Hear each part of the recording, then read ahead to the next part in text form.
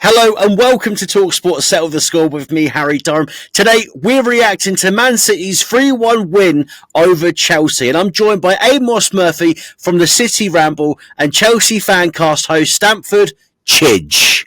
Dave, let's start with you. Did you think you could get something out of this game before kickoff or not? Yeah, I mean, honestly, I did. You just watched how City capitulated against PSG the other night. Everybody knows that they've been having a terrible dip and they can be got at. And we had the players to do that.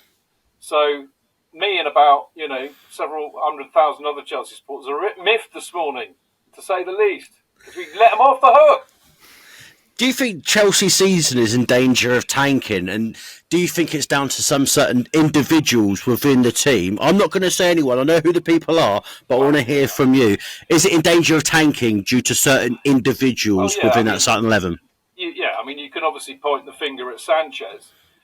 But I think, the more level-headed supporters are pointing the finger at Maresca for continuing to pick him.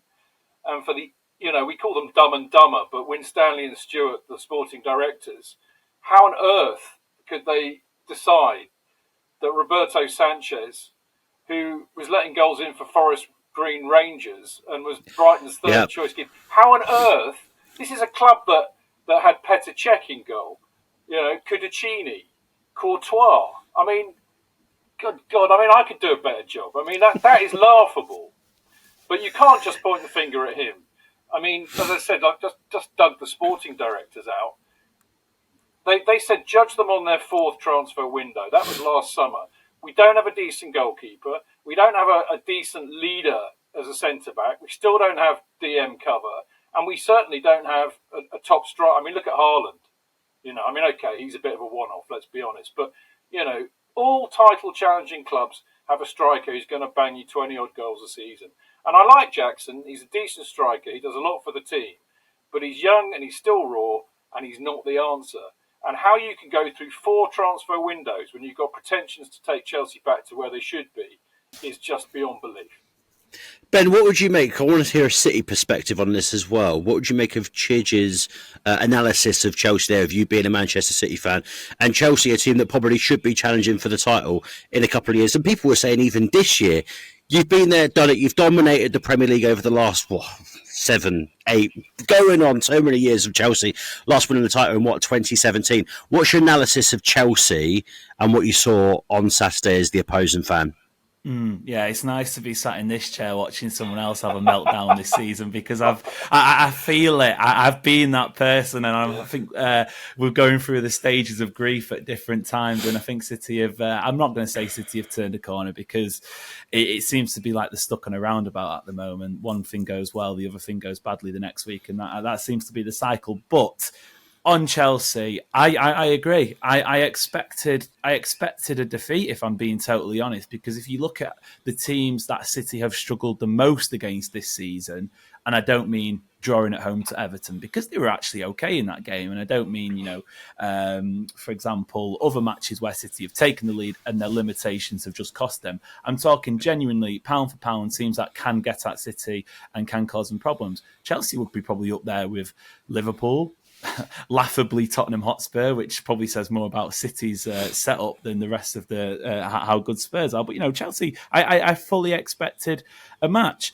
It looked like it was going to go that way when your new centre half heads it back to the goalkeeper, completely messes that up, and you go 1-0 down within 5 minutes. But other than that, I don't know. There was that one chance Palmer breaks through. Probably should be putting it on a plate for Jackson. Messes that up. Other than that, a weirdly comfortable afternoon for City, it has to be said.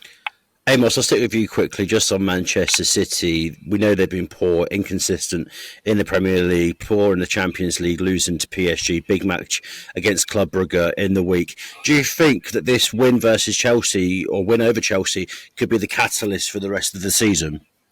I'd like to say so, but I was sat here 7 days ago saying something similar, that beating Ipswich Town 6-0 could be the kickstart to City season that they needed because, yes, it's Ipswich Town, yes, they're a relegation-threatened team, but getting a big win like that, you'd feel like you could go on and go to Paris and put on a performance. It was anything but. So to use that analogy again, it does feel like City are on a sort of as opposed to turning corners just on a roundabout, because it is this cycle. We have seen it before. There have been big wins this season. There you go. Okay, fair enough. Is this going to be the turning point? It hasn't necessarily been the case.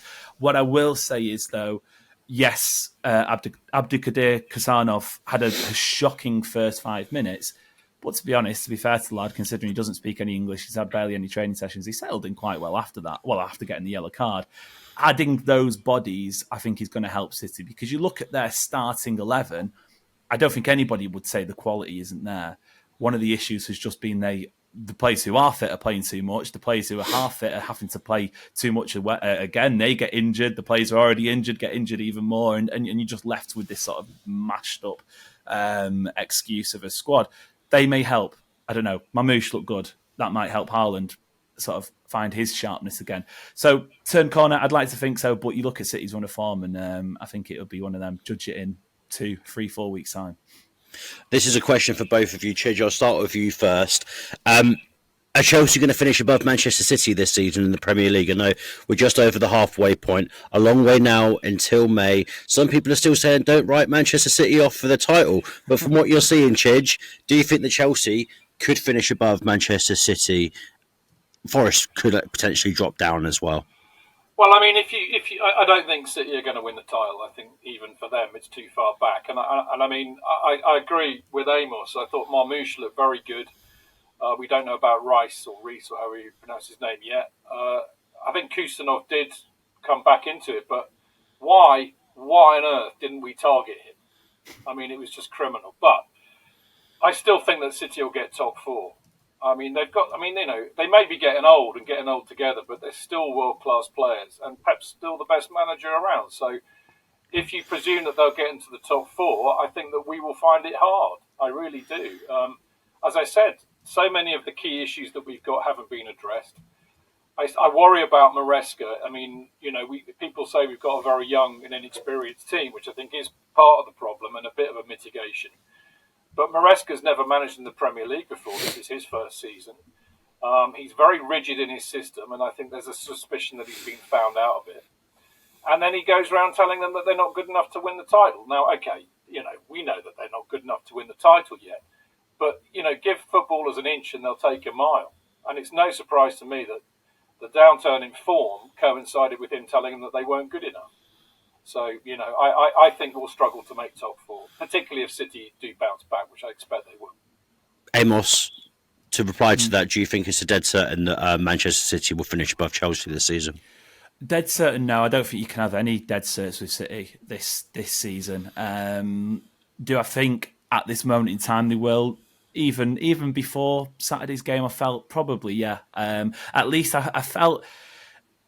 For all of City's limitations this season, I never felt like the top 4 was at major risk, partly because the competition isn't great, and you have to say fair play to Nottingham Forest, but you saw how they were dismantled against Bournemouth. You have to say well done to Bournemouth, but at the same time, they are still Bournemouth. It isn't a super strong league this year. Manchester United and Spurs are sort of floundering down in the bottom half of the table. There's 2 of the regular competition just out the window to begin with.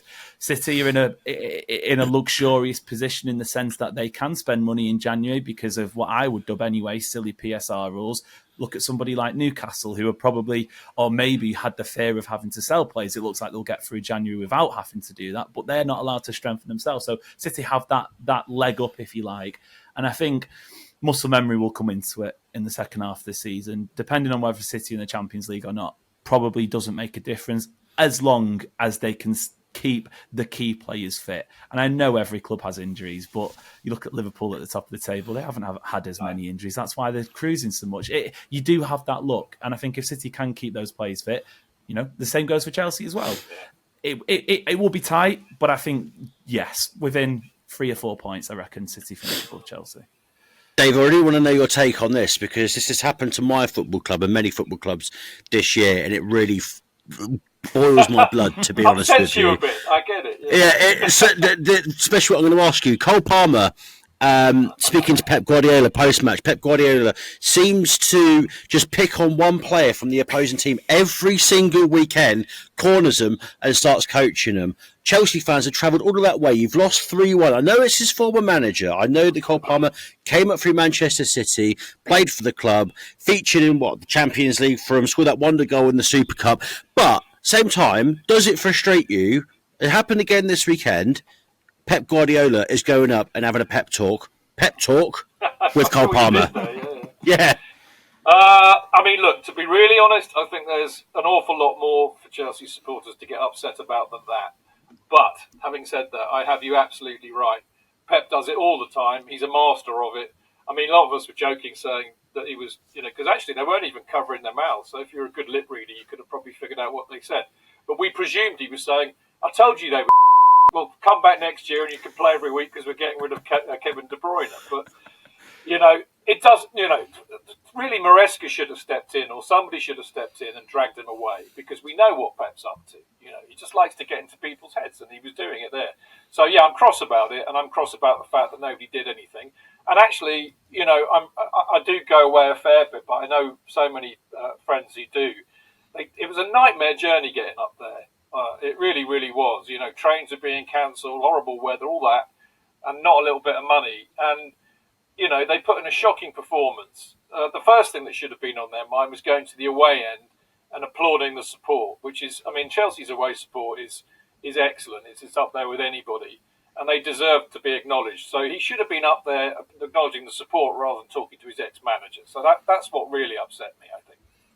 Amos, does it annoy you that Pep does that, or do you take a bit of see it in great humour because your manager is trying to live rent free in opposing fans' heads? It's going to come as a surprise. No, it doesn't bother me at all. I think what we as City fans are maybe privy to more than the rest of the footballing world, and I say this with great respect, and I almost use it as a compliment.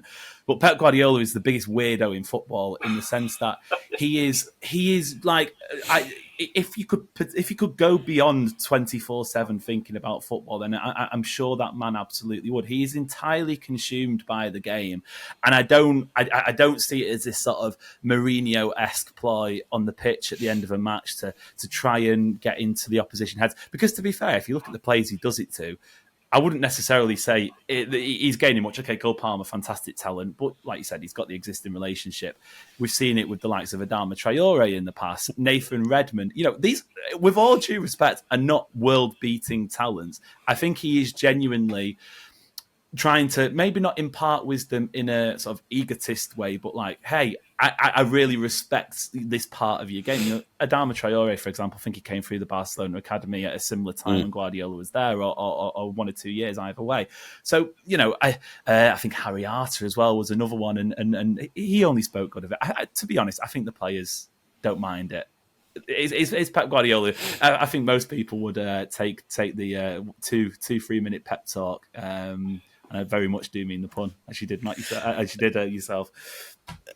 Final question to both of you. Phil Foden really coming back into form now since the turn of the year. There's always that bit of the debate of England, should it be Palmer, should it be Foden? Do you feel like the pendulum is now swinging? I'm going to go to you first, Dave. Back into Phil Foden's favour at the turn of the year because his form recently has been phenomenal in the Premier League. I really don't care. As far as I'm concerned, to not be flippant for a second, it does remain a great sense of pride when Chelsea players play for England. I remember a time when I think we only had Tony DeRigo for a while.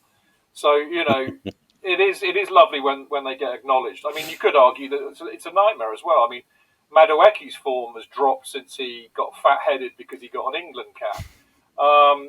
It really winds me up that when they go to England, they quite often come back injured, which is a massive frustration. And then there's the whole argument about, well, how relevant is international football anyway? But, look, they're both superb players. If I'm a manager, I'm going to try and find a way to make it work where they can both play. I don't necessarily agree that they play in exactly the same position anyway. What I would say is that England are blessed to have Thomas Tuchel as their manager. You can trace Chelsea's demise back to the moment when Todd Bowley, that well-known expert on English football, fired him. Amos, the Foden Palmer debate, is there nothing there? You said did the pendulum swing? I'm not sure it ever left Foden's court, to be honest, because you look at what Phil Foden has done and what he's achieved, and there is a couple of years. Palmer's a couple of years younger. I am still gutted Manchester City let Cole Palmer go. It is, of the last decade of success, whatever you want to call it, under Pep Guardiola, that is the genuine only gripe I have, because it wasn't the likes of Liam Delap, who needed to leave to get experience, Morgan Rogers, all of these City Academy products who are coming well now. He was the next in line. He was the heir to the throne, and you look at the way Kevin De Bruyne has waned over the last 18 months, and you say, wow, could you imagine if he was coming in to do that role? Being said, for me anyway, Phil Foden has won league titles, he's won Champions League, he's played key roles in that. I think, and this may sound disingenuous, for Cole Palmer's sake, judge him when he has done that, because I have no doubt he absolutely will. But you don't want to get dragged down into, is he this player, is he that player, is he on par with this, that and the other. Let the kid flourish. And I think, to be honest, at Chelsea, he's got the perfect place to do it, because I know Chelsea have been up here and they've been European champions and they've won league titles, but at the moment the trajectory is on a similar path, and if they can keep hold of him, wow, I think we're talking. Why did Amos? Why did Pep let him go? Good question. Absolutely fantastic question.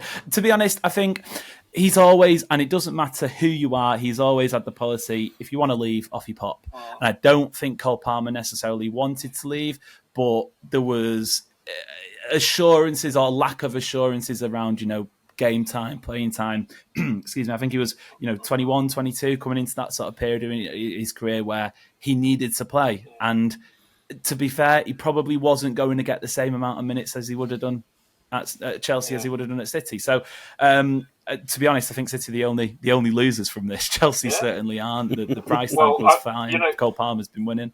We're worried that if they don't address the key areas that most supporters can see, that he will leave.